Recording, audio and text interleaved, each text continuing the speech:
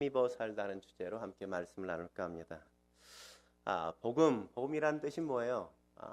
복음이라는 의미가 기쁜 소식, 기쁜 소리 뭐 이런 거죠. 기쁜 소리. 그래서 흔히 우리가 복음이라 그럴 때 기쁜 소식이라고 이야기하지 않았습니까?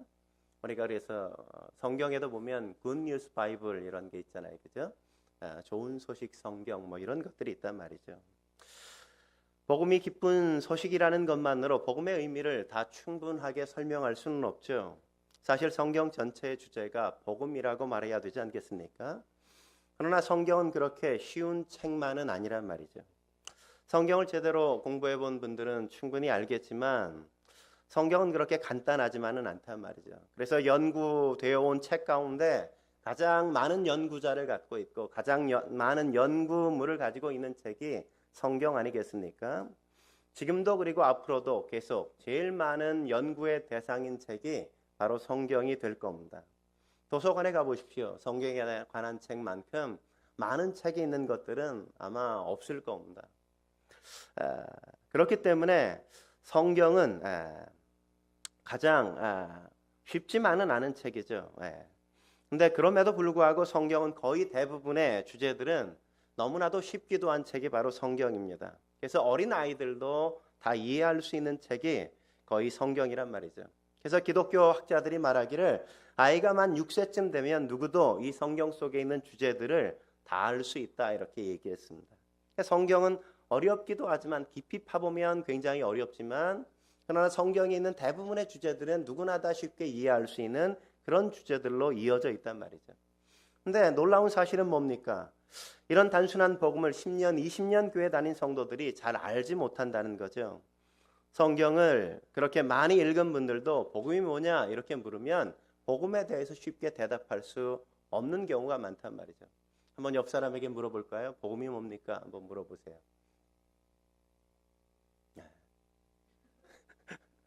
복음이 뭡니까? 이렇게 물으면 대답이 쉽게 나와요, 안 나와요? 잘 안 나와요, 안 나와. 복음이 뭔지 우리가 20년 다녀서 성경 구절이 뭔 성경 구절이 어디에 있는지 뭐 이런 것들은 쉽게 알지만 복음이 뭡니까? 이렇게 물으면 잘 대답하지 못하는 게 오늘날 교인들의 현실 아니겠습니까? 성경의 중심 주제를 관통하고 있는 이 복음에 대해서 우리가 명확하게 잘 알지 못한단 말이죠.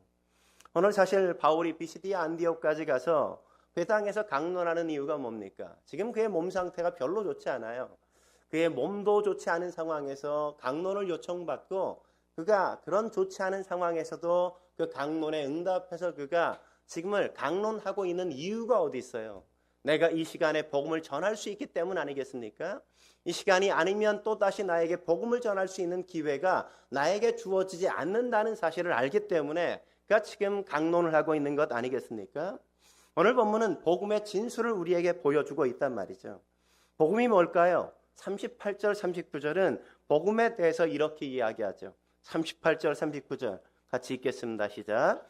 그러므로 형제들아 너희가 알 것은 이 사람을 힘입어 죄사함을 너희에게 전하는 이것이니 또 모세의 율법으로 너희가 의롭다 하심을 얻지 못하던 모든 일에도 이 사람을 힘입어 믿는 자마다 의롭다 하심을 얻는 이것이니라. 바울이 강론을 시작하면서 이스라엘의 역사에 대한 이야기를 시작한 이유도 이 사람 예수 때문 아니겠습니까? 우리가 예전에 살폈던 다윗에 대한 이야기를 또 침례 요한에 대해서 언급한 이유도 이 사람 예수 때문이란 말이죠. 바울의 강론의 핵심 주제가 뭡니까? 바로 복음이요. 예수님 아니겠습니까? 복음이 뭐예요? 복음을 한마디로 이야기한다면 예수를 힘입어 사는 것. 그것이 바로 복음이란 말이죠. 복음이 뭐라고요? 우리가 어떻게 살아야 돼요? 우리가 사는 건 예수를 힘입어 사는 것이란 말이죠. 복음이 뭐냐? 예수를 힘입어 사는 것. 그게 바로 한마디로 복음이란 말이죠. 그렇다면 예수를 힘입어 살려면 우리가 어떻게 살아야 되는가? 첫째로 우리가 죄인이라는 사실을 알아야 합니다. 우리가 죄인이라는 사실을 알아야 된단 말이죠. 오늘 본문이 인간을 가르쳐 죄사함이 필요한 죄인이라고 언급하고 있지 않습니까? 38절 같이 한번 읽어볼까요? 38절 같이. 형제들아 너희가 알 것은 이 사람을 힘입어 죄사함을 너희에게 전하는 이것이며. 바울이 인간이 알아야 될 가장 중요한 사실 가운데 하나가 뭐라고요? 인간은 죄사함이 필요한 죄인이다 이렇게 얘기하는 거죠. 죄사함이 필요한 죄인이다 이거죠. 여기서 말하는 죄인엔 저도 포함되어지고 여러분도 다 포함된단 말이죠. 여기서 예외일 수 있는 사람이 있는가? 없단 말이죠. 바울이 로마서에서 뭐라고 얘기해요? 모든 사람이 죄를 범하였음에 이렇게 얘기하죠. 모든 사람, 인류의 모든 인간은 다 죄를 범한 죄인이라고 언급하는 것 아니겠습니까? 그렇다면 우리가 무슨 죄를 지었기에 죄인인가? 죄가 무엇인가 물어야 되지 않겠어요? 죄가 뭘까요? 죄가. 저는 죄하면 항상 떠오르는 사건 하나가 있어요. 제가 어릴 때 시골 초등학교에 1학년 때 아마 다녔을 때 기억인 것 같아요. 어렸을 때 1학년 때 점심시간 정도 되면 다 수업이 끝나잖아요.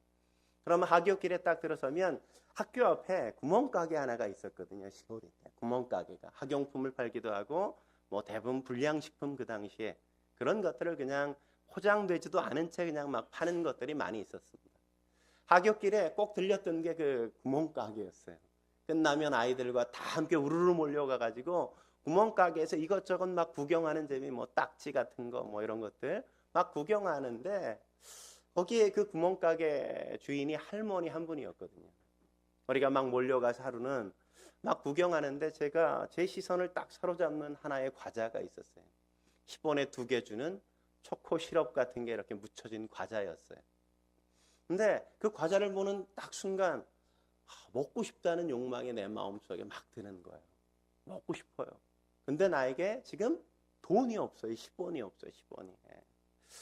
근데 먹고 싶은 욕망이 내 마음속에 막 일어나니까 이걸 그냥 돈이 없는데 집어먹으면 뭐예요?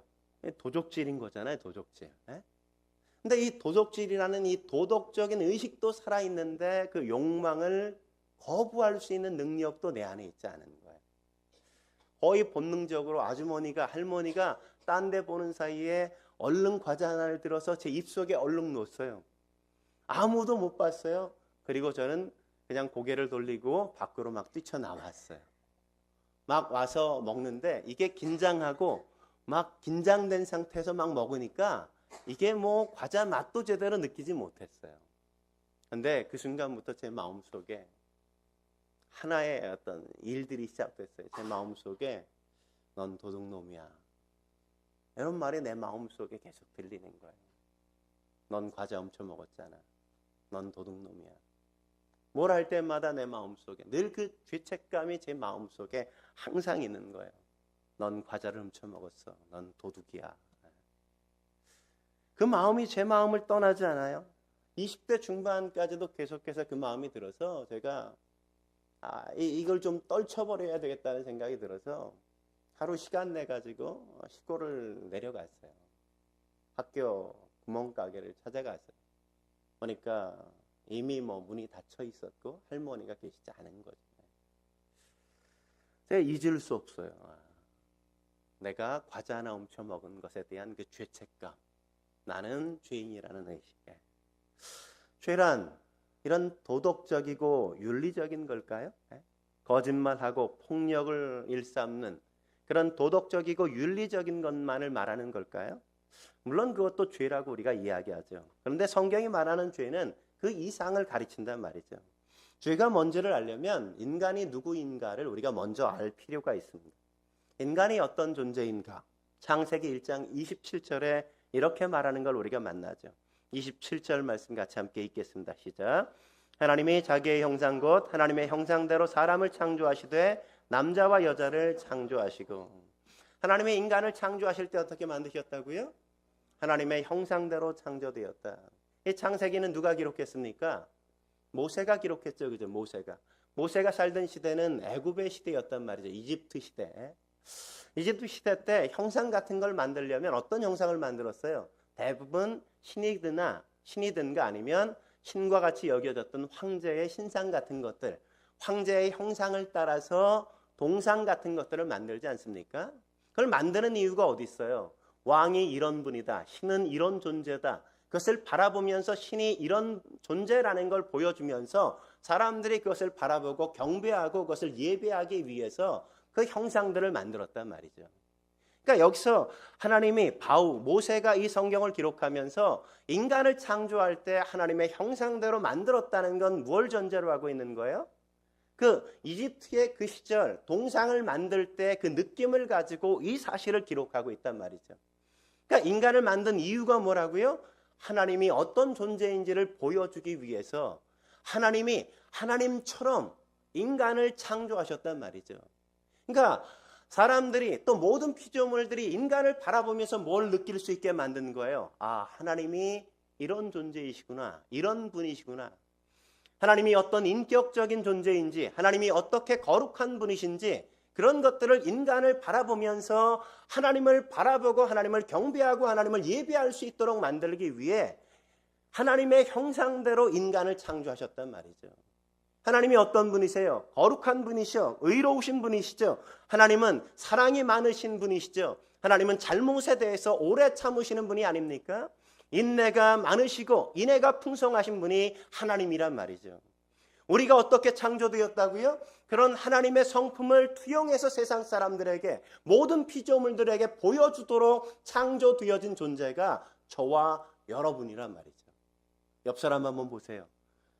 어디 하나님의 사랑, 하나님의 인애, 하나님의 인내와 오래 참음 이런 것들이 느껴지도록 창조된 그런 존재로 우리가 지어졌단 말이죠. 근데 우리의 삶은 어때요? 그런 것들을 보여주며 그런 것들을 드러내며 우리가 살고 있습니까? 아니죠. 맨날 마음속에 미움이 있고 시기가 있고 질투가 있고 그죠? 나보다 나은 사람이 있으면 괜히 그냥 기분이 나쁘고 그런 마음이 우리의 내면 가운데 들어오고 우리의 마음을 그렇게 채우고 있을 때가 얼마나 많이 있습니까? 날마다 갈등하고 미워요, 다퉈요, 그리고 공격적일 때가 우리가 많단 말이죠. 인간이 하나님을 드러내지 못하고 이렇게 일그러진 얼굴을 갖게 된 원인이 어디 있습니까? 아담과 하와가 죄를 범했기 때문 아니겠습니까? 하나님과 같아질 수 있다는 사단의 속임 때문에 그들이 허락되지 않은 선악을 알게 하는 나무의 실과를 먹게 되어지잖아요. 사단이 찾아와서 선악과를 먹으면 내가 하나님과 같이 될 거야 이렇게 얘기하니까 어떤 마음이 들어요? 야, 내가 진짜 하나님 같아질 수 있는 거야? 그것에 어떻게 해요? 선악을 알게 하는 나무의 실과를 따먹게 되어지죠. 누구의 말을 어긴 거예요? 하나님의 말씀을 거역한 거죠. 누구에게 등을 돌렸어요? 하나님께 등을 돌리고 하나님을 떠나게 되어지죠. 선악을 알게 하는 나무의 실과를 따먹고 아담과 하와가 뭐 했습니까?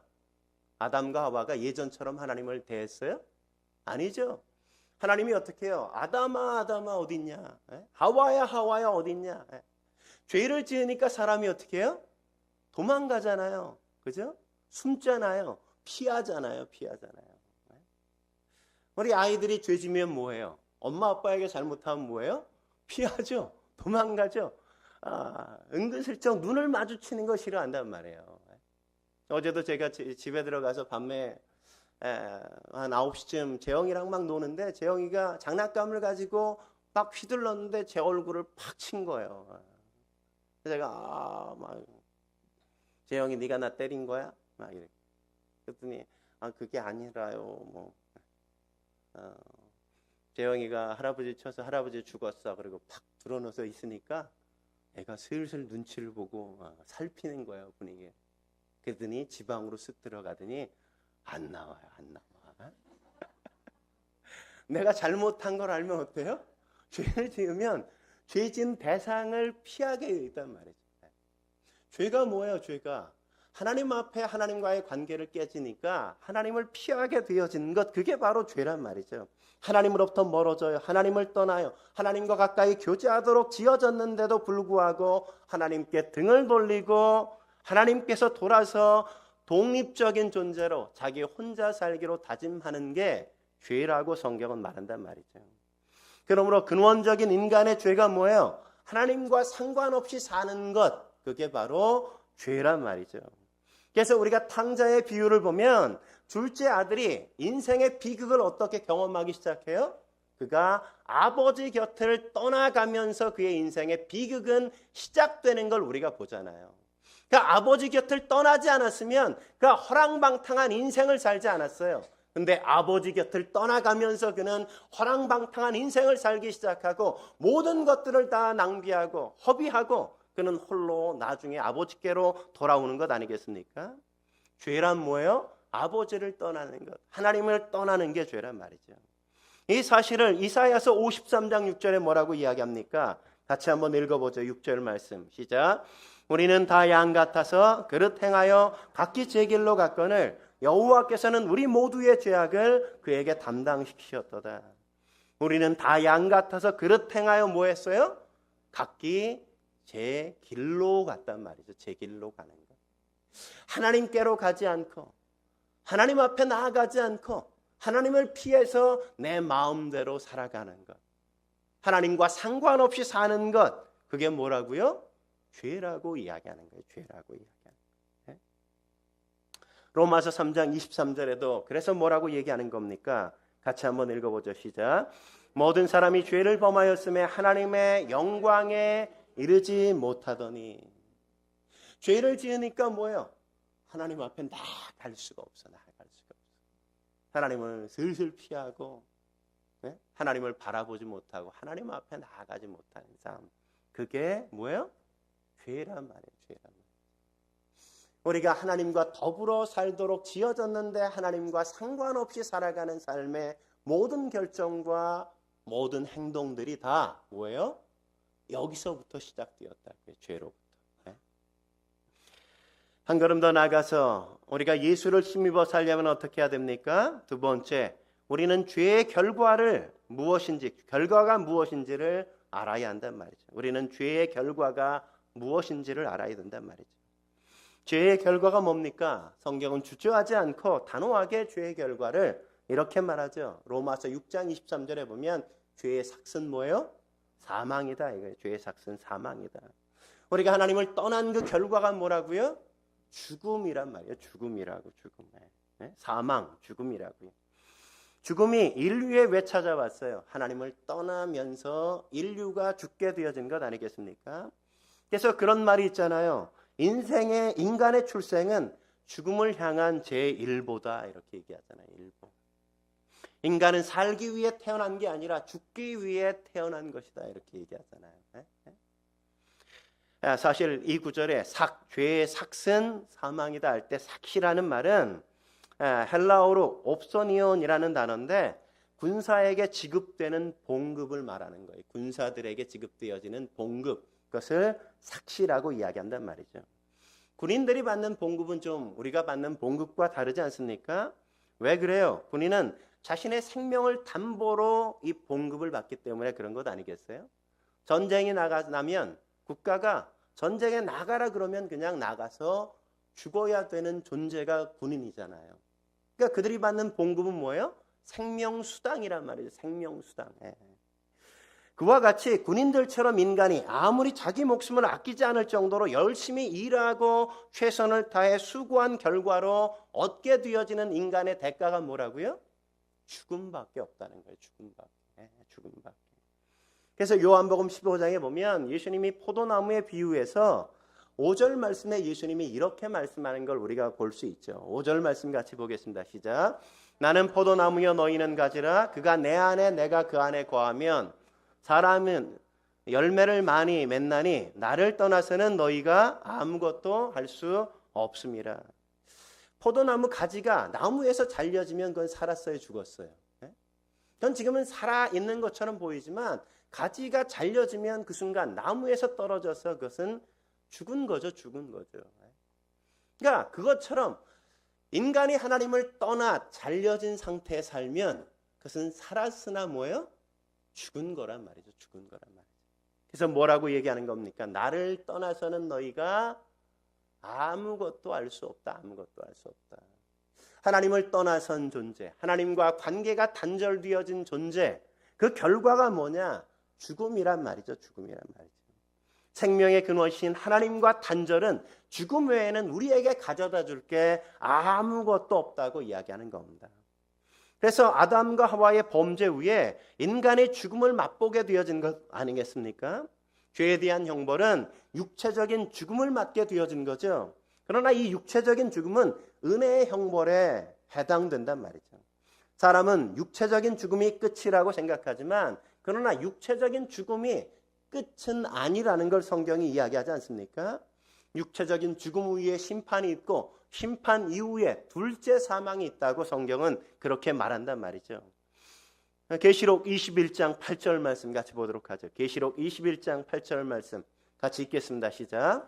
그러나 두려워하는 자들과 믿지 아니하는 자들과 흉악한 자들과 살인자들과 음행하는 자들과 점술자들과 우상 숭배자들과 거짓말하는 모든 자들은 불과 유황으로 타는 못에 던져지리니 이것이 둘째 사망이라. 둘째 사망, 영원한 사망. 우리가 흔히 말하는 말로는 지옥에 간다. 이 말이 뭐예요? 우리가 죽음 이후에 하나님의 심판을 받고 나서 다시금 가게 될 돌이킬 수 없는 영원한 길이라는 거죠. 이곳이 어떤 곳이라고요? 불과 유황으로 타는 못이란 말이죠. 불과 유황으로 타는 못. 꺼지지 않는 불못과 같은 것. 인간이 느낄 수 있는 최고의 고통과 아픔이 있는 것. 그것이 바로 이 지옥이라고 이야기하는 거죠. 근데 누가 이 둘째 사망 가운데 처하게 되는가? 성경이 말하기를 흉악한 자, 살인자, 음행자, 점술과 우상 숭배자들만이 아니라 어떤 사람도 믿지 않는 자들 역시도. 그러니까 우리는 흔히 어떤 사람이 죄인이라고 생각해요. 살인하는 사람, 간음하는 사람, 이런 사람이 죄인이라고 우리는 생각하잖아요. 그런데 하나님의 관점에서 봤을 때 그런 죄와 동일한 죄, 그것보다 더 근원적인 죄가 뭐라고요? 하나님을 믿지 않는 죄가 가장 큰 것이라고. 그래서 믿지 않는 사람들이 불과 유황으로 타는 못에 던져지게 될 거라 이렇게 이야기하는 겁니다. 그렇게 그런 자들이 가게 되는 지옥, 영원한 사망에 대해 계시록 20장 10절에 뭐라고 그려줍니까? 20장 10절 말씀 같이 읽어볼까요? 20장 10절 읽겠습니다. 시작. 또 그들을 미혹하는 마귀가 불과 유황 못에 던져지니 거기는 그 짐승과 거짓 선지자도 있어 세세토록 밤낮 괴로움을 받으리라. 그러니까 세세토록이라는 말은 하나님이 목적이 달성될 때까지, 하나님이 그들에게 의미하는 것이 충분히 주어질 때까지, 이런 의미. 사실 예전 성경에는 세세토록이라는 단어가 영원히 이런 의미로 쓰였어요. 영원히. 영원히 뭐라고요? 밤낮 뭐예요? 그곳에 괴로움을 받는 곳이 뭐라고? 지옥이라고.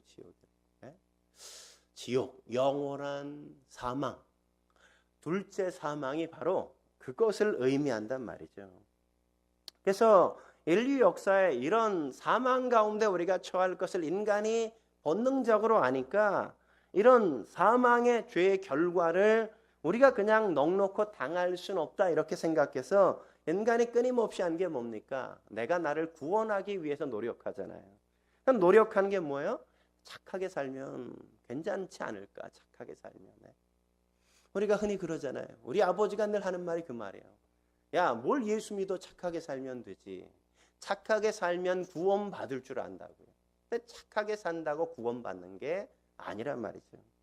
종교를 가지면 되지 뭐. 도 닦으면 괜찮지. 도 닦는다고 우리가 죄를 안 저질러요? 도를 많이 닦아봤던 우리 희선자매. 죄를 안 져요? 안 지려고 노력한다고 우리가 죄를 안 질 수 있는 게 아니잖아요. 교회 나와서 예배 드린다고 죄를 안 짓겠습니까?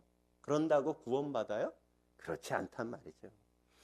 인간의 그 어떤 노력의 결과도 죄가 가져다주는 결과를 해결할 수는 없다고 성경이 선언하고 있는 겁니다. 그러면 인간은 죄의 결과로 그냥 죽어야만 되는가? 그렇지 않단 말이죠. 그 죄의 결과에 대한 절망, 그것에서 은혜에 대한 사모함이 시작되는 거죠. 마지막으로 예수를 힘입어 살려면 어떻게 해야 돼요? 세 번째, 우리는 예수를 믿어 의롭다함을 받아야 된단 말이에요. 예수를 믿어 의롭다함을 받아야 된다는 겁니다. 그래서 39절 말씀이 바로 그 말씀 아니겠습니까? 39절 말씀 같이 읽겠습니다. 시작. 또 모세의 율법으로 너희가 의롭다 하심을 얻지 못하던 모든 일에도 이 사람을 힘입어 믿는 자마다 의롭다 하심을 얻는 이것이니라. 네? 이 사람을 힘입어 뭐예요? 믿는 자마다. 이 사람이 누구예요? 예수님. 예수님을 힘입어 예수님을 믿는 자마다 어떻게 되어져요? 의롭다 하심을 얻는단 말이죠. 이 사람을 믿지 않으면 의롭다 하심을 얻을 수 없어요. 그러면 죄인의 삶을 살게 되어지는 것이고 죄의 삭슨 사망을 경험한단 말이죠. 그런데 우리가 예수님을 믿으면 어떻게 되어져요? 죄인이 아니라 하나님이 우리를 의롭다고 여기신단 말이죠. 그래서 그를 구원하신다고 말씀하시는 것 아니겠습니까? 교인들이 오해하는 게 뭡니까? 교회 다닌다고 구원받는 게 아니란 말이죠. 봉사한다고, 헌금을 드린다고, 11조 드린다고, 기도한다고 그래서 구원받는 게 아니라는 거예요. 그 모든 건 우리가 하는 이유는 뭐예요? 그런 것들을 하는 이유는 우리를 구원해 주신 하나님 앞에 감사와 기쁨으로 반응하고 응답하는 게 그 모든 것 아니겠습니까? 하나님과 바른 관계 속에 살아가는 방법이기 때문에 우리가 하나님과 평화로운 관계 속에 살기 위해서 그런 것들을 기꺼이 하는 것이죠. 그것이 구원을 가져다 주는 게 아니란 말이죠. 우리가 구원을 받으려면 어떻게 해야 돼요? 믿는 자마다 구원을 받는단 말이죠. 믿는 자마다 의롭다 하심을 얻는 거란 말이죠. 우리가 해야 될 유일한 게 뭐예요? 우리가 예수님을 믿는 것밖에는 구원의 다른 길이 있지 않단 말이죠. 여기서 믿는다는 말이 뭡니까? 예수님이 나의 죄를 위해서 십자가에 못 박혀 죽으시고 나를 다시금 살리시기 위해서 그분이 부활하셨다는 사실을 내가 믿는 믿음이 있어야 내가 구원받는 거란 말이죠. 그러니까 다른 게 필요하지 않아요. 구원에 있어서 유일한 한 가지는 내가 예수님이 나의 죄를 위해서 십자가에 못 박혀 죽으셨고 그분이 나를 살리시기 위해서 죽음에서 부활하셨다는 사실을 내가 믿으면 그 믿음이 나를 살게 한다고 성경은 그렇게 말하는 겁니다. 그래서 26절에 보면 예수님에 대해서 바울이 뭐라고 소개합니까? 26절 말씀 같이 보겠습니다. 시작. 형제들아 아브라함의 후손과 너희 중 하나님을 경외하는 사람들아 이 구원의 말씀을 우리에게 보내셨거늘. 여기서 보면 이 구절이 참 특이하잖아요. 뭐라고요? 이 구원의 말씀을 우리에게 보내셨거늘. 말씀을 뭐로 생각해요? 인격으로 표현하고 있잖아요. 그죠? 이 구원의 말씀을 너희에게 보내셨거늘. 그것도 존칭으로 표현하잖아요. 누구를 보내셨다는 거예요? 구원의 말씀을. 구원의 말씀이 누구예요? 예수님을 보내셨다는 거죠. 그래서 요한복음 1장 1절에 보면 이런 말씀이 있죠. 1장 1절 같이 읽겠습니다. 시작. 태초에 말씀이 계시니라. 이 말씀이 하나님과 함께 계셨으니 이 말씀은 곧 하나님이시니라. 이 말씀을 조금 더 이해하기 쉽게 여러분에게 표현하면 태초에 말씀이 계셨는데 이 말씀이 곧 성부 하나님과 함께 계셨는데 이 말씀은 곧 성자 하나님이라 이렇게 말하는 거죠. 말씀이 누구예요? 성자 하나님이란 말이죠. 성자 하나님. 그래서 요한복음 1장 14절에 보면 이렇게 말씀하죠. 말씀이 육신이 되어 우리 가운데 거하심에 우리가 그의 영광을 보니 아버지의 독생자의 영광이요 은혜와 진리가 충만하더라. 그러니까 말씀이 육신이 되어 우리 가운데 거하시는 분이 누구라고요? 하나님의 독생자. 하나님의 독생자가 누구예요? 예수님이란 말이죠. 그분이 어떻게 하셨어요? 말씀이셨는데 육신을 입고 이 땅에 오셨다고 성경이 그렇게 이야기한단 말이죠. 그래서 오늘 본문에는 그분을 뭐라고 가르치는 거예요? 구원의 말씀 이렇게 얘기하는 거예요. 바울이 이야기하길 구원의 말씀이다 이거죠. 그러니까 성자 하나님이신 예수님이 왜 이 땅에 오셨는가? 하나님의 말씀으로 구원의 말씀을 선포하기 위해서 이 땅에 오셨단 말이죠. 구약 성경에 보면 하나님이 이스라엘 백성들에게 그들을 구원하기 위해서 얼마나 많은 선지자를 보냈습니까? 그들에게 기적도 베풀어 주셨죠. 이적도 나타내 주셨죠. 하나님이 얼마나 놀라운 사건들을 그들에게 많이 일으켜 주셨어요. 때때로 말을 안 들을 때는 하나님이 심판하신다고 심판의 메시지도 막 주셨단 말이죠. 근데 이스라엘 백성이 돌이켰습니까? 돌이키지 않잖아요. 하나님의 말씀을 거부하고 그들은 자기의 뜻대로 살겠다고 하나님을 등지고 살아가잖아요. 그러니까 하나님이 하신 마지막 방법이 뭡니까? 성자 하나님이신 예수님을 이 땅에 보내셔서 구원의 말씀을 전하시게 만드실 뿐만 아니라 이 땅에 보내셔서 모든 인류의 죄를 위하여 그 십자가에 달려 돌아가심으로 말미암아 모든 인류의 죄를 해결하여 주시고 그가 죽음에서 무덤에서 다시금 부활하여 사시면서 인류에게 새 생명을 허락하시는 그 놀라운 역사를 만드신 것 아니겠습니까? 그래서 누구든지 예수의 이름을 부르면 구원을 얻으리라 주께서 말씀하신 거죠. 우리가 예수님을 믿기만 하면 우리의 모든 죄의 문제가 십자가에서 죽게 되어지고 그분 안에서 우리가 새로운 생명을 갖고 부활의 은혜와 영광을 누리며 살게 하셨다는 게 바로 구원의 메시지인 겁니다. 구원을 얻을 수 있는 유일한 길이 뭐냐? 인류에게 허락된 유일한 길은 예수님을 믿는 것밖에 없단 말이죠. 예수님이 뭐라 그러셨어요? 요한복음 14장 6절에 이렇게 말씀하시는 걸 우리가 보죠. 예수께서 이르시되 내가 곧 길이요 진리요 생명이니 나로 말미암지 않고는 아버지께로 올 자가 없느니라. 내가 뭐다? 길이다. 내 십자가만이 유일한 길이라고, 예수님을 믿는 것밖에는 다른 길이 없다고, 천하 인간의 다른 구원을 얻을 만한 이름을 주신 적이 없다고 성경이 그렇게 선언하는 것 아니겠습니까? 예수님을 믿어야 구원받는단 말이죠. 요한복음 5장 24절에 예수님이 뭐라고 말씀하셨어요? 같이 한번 읽어보도록 하죠. 24절 말씀 같이 읽겠습니다. 시작. 내가 진실로 진실로 너희에게 이르노니 내 말을 듣고 또 나 보내신 이를 믿는 자는 영생을 얻었고 심판에 이르지 아니하나니 사망에서 생명으로 옮겼느니라. 내 말을 듣고 예수님의 말을 듣고 또 나 보내신 이, 그가 누구예요? 하나님을 믿는 자는 어땠다고요? 영생을 얻었고, 이미 영생을 얻었다고요. 예수님을 믿은 사람은 이미 영생을 얻었어요. 그래서 뭐예요? 심판에 이르지 않는다고요. 당연히 심판은 지나가죠. 이미 영생을 얻었으니까. 왜? 사망에서 생명으로 우리가 먼저 옮겨졌기 때문에 우리는 영원한 죽음을 경험하지 않는다고 바울이, 예수님이 그렇게 우리에게 말씀해 주는 거죠. 그러므로 복음을 듣고 예수님을 힘입어 살기를 원한다면 어떻게 해야 됩니까? 요한복음 1장 12절에 이렇게 말하죠. 같이 읽겠습니다. 시작. 영접하는 자 곧 그림을 믿는 자들에게는 하나님의 자녀가 되는 권세를 주셨으니. 우리가 믿는다는 게 뭐라고요? 영접하는 거라고요. 영접하는 거라고요. 구원의 말씀을 우리에게 보내셨거늘, 그분을 보내셨는데 그분을 우리가, 그 말씀이신 예수님을 우리가 영접하면, 모셔드리면, 우리가 받아들이면 우리에게 뭐가 주어져요? 하나님의 자녀가 되는 권세를 주신단 말이죠. 권세를. 우리가 그분을 믿고 그분을 영접하게 되어지면 우리가 구원을 받는단 말이죠. 그래서 계시록 3장 20절에 뭐라고 말합니까? 같이 읽겠습니다. 시작. 볼지어다 내가 문 밖에 서서 두드리노니 누구든지 내 음성을 듣고 문을 열면 내가 그에게로 들어가 그와 더불어 먹고 그는 나와 더불어 먹으리라. 우리가 마음의 문을 열고 예수님을 내 마음속에 영접하면 그분이 나의 죄를 위해서 십자가에 돌아가셨고 나를 살리시기 위해 부활하셨다는 사실을 내가 마음으로 믿고 그분을 마음 문을 열어 모셔드리면 우리와 그분이 어떻게 해요?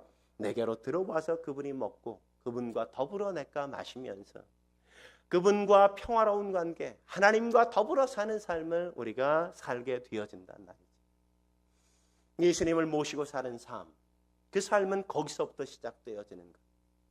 그분이 우리 안에 들어오셔야 예수를 힘입어서 우리가 다른 인생 속에서도 그분의 힘과 그분의 능력과 그분의 은혜를 경험하면서 우리가 살아갈 수 있게 되어진다는 거죠.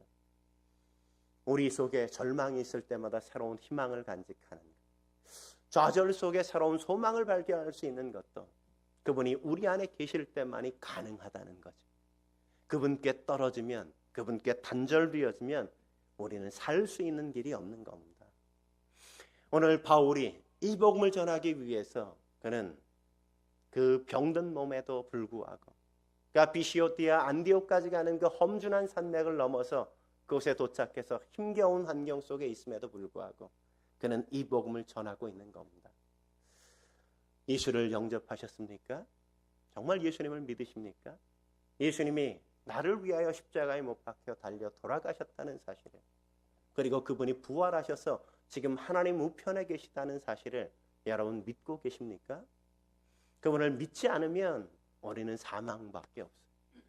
그분을 믿어야 우리는 구원을 받고 그분을 힘입어서 우리가 살아갈 수 있는 삶의 소망이 있게 되어지는 겁니다. 그 믿음 속에서 여러분이 구원받은 인생의 길, 하나님의 자녀의 축복을 누리며 살 수 있게 주의 이름으로 축원합니다. 함께 기도하시겠습니다.